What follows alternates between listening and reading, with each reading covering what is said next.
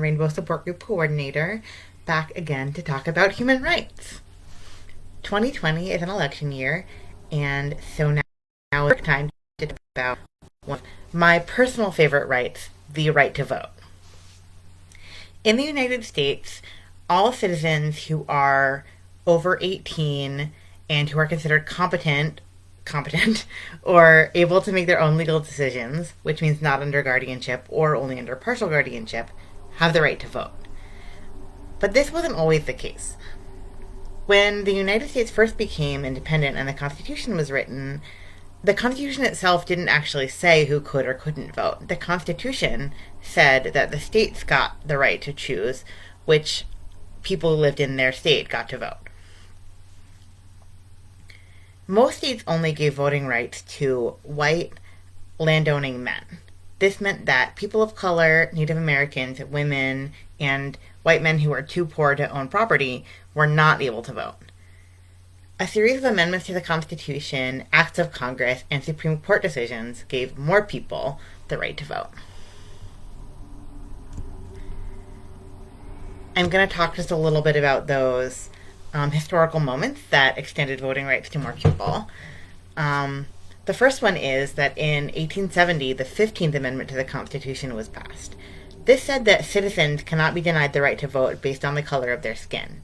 Because the 14th Amendment that came right before it allowed former slaves to become citizens, the 15th Amendment meant that most men of color in the United States were legally allowed to vote, starting in 1870. Women of any race were still unable to vote, and most Native Americans were not able to vote because they weren't considered citizens of the United States. They were considered citizens of their own independent nations or tribes. The next major moment in the expansion of voting rights, the history of expansion of voting rights, was that in 1920, the 19th Amendment to the Constitution was passed. This extended the right to vote to women. And then in 1924, most Native Americans were able to vote. Even as these laws changed, many states still tried, and honestly continue to try, even now in 2020, to deny people of color, poor people, women, and other marginalized groups, including, unfortunately, folks with disabilities, from fully exercising their right to vote by enacting some really discriminatory laws. Some of these laws included poll taxes, which you had to pay in order to vote, voter ID laws, which were difficult because ID cards cost money, and literacy tests that you had to pass in order to vote. While these laws were usually targeting Black Americans, these laws also impacted other people, including folks with disabilities, who are more likely than other groups to be low income and who, throughout history, have had poorer access to education, which meant that passing literacy tests was sometimes much harder for folks with disabilities. In 1865, Congress passed the Voting Rights Act, and President Lyndon Johnson signed it into law. This law made it illegal to impose voting-related laws that result in discrimination against racial or language minorities. So that's discrimination against people of color and people for whom English is not their first language. It also specifically made it illegal to require literacy tests in order to vote, and said that people who cannot read or cannot read English must be allowed to be accompanied to the polls by a helper of their choice, as long as this helper is not their employer. While this act was geared towards cutting discrimination against people of color, some of these provisions also help people with disabilities to be able to exercise their right to vote.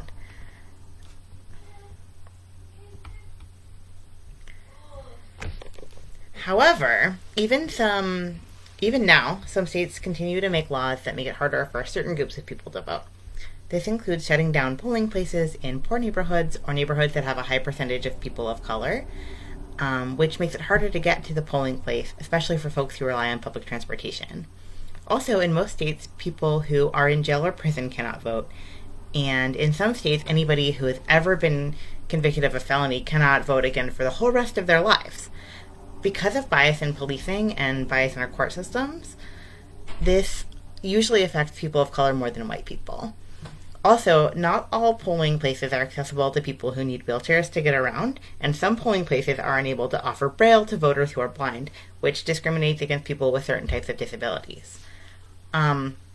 Another problem with voting these days that is on a lot of people's minds is that with the COVID-19 pandemic, many people have called for voting by mail to be expanded to keep voters safe, but some states have refused to do this. This can also be considered discriminatory because this disproportionately affects elderly folks and chronically ill or disabled folks who are at a higher risk for severe complications from this disease if they catch it, waiting in line at their polling place to vote. For me, self-advocacy and voting rights really go hand in hand. Throughout United States history, people have used self-advocacy skills to help expand voting rights, to include more and more people. Self-advocates at the time of the Civil War, like Frederick Douglass, Harriet Tubman, and Sojourner Truth, helped secure the right to vote for African-American people. And in the early 1900s, suffragettes like Susan B. Anthony and Elizabeth Cady Stanton helped get women the right to vote. And again, during the Civil Rights Movement, Dr. Martin Luther King Jr., Rosa Parks, and other activists helped advocate for the Voting Rights Act. We can learn a lot from these people about how to work towards equal rights for all people. I think that voting itself is also self-advocacy because it's a way to get your voice heard. You can help elect people who you think will do the right thing. As a voter, you can also try to influence your elected officials to work on laws that you want to see made by calling them and writing them letters and signing petitions, as well as attending rallies, marches, protests, and participating in civil disobedience. Like I said, taking a page out of the books of self-advocates of the past who helped make these things our rights to do. Elected officials care what you think because you help them get elected and reelected, so they really need you to like them. So doing these things can really affect big changes. If you want to vote in the 2020 election but are not yet registered, or you moved and haven't yet changed the address on your voter registration, you still have time. In Massachusetts, the deadline is October 14th to register to vote or change your address for the upcoming 2020 general election in November. In some states, the deadline is as early as October 5th, and in others, you can register right at the polls on Election Day. I'll post a link in the comments that you can use to look up the deadline in your state. If you believe you'll be unable to make it to the polls on Election Day for any reason, you are eligible to apply to vote absentee. In Massachusetts, your application for absentee ballot must be postmarked by November 2nd, 2020, which is the day before the election, but they recommend that you submit it at least a week before the election to make sure your ballot gets to you in time to actually be counted. I'll also post a link to the Massachusetts absentee ballot application in the comments for anybody that would be helpful for. Finally, the last thing that I want to talk about is that it's really important to know your rights when you're voting.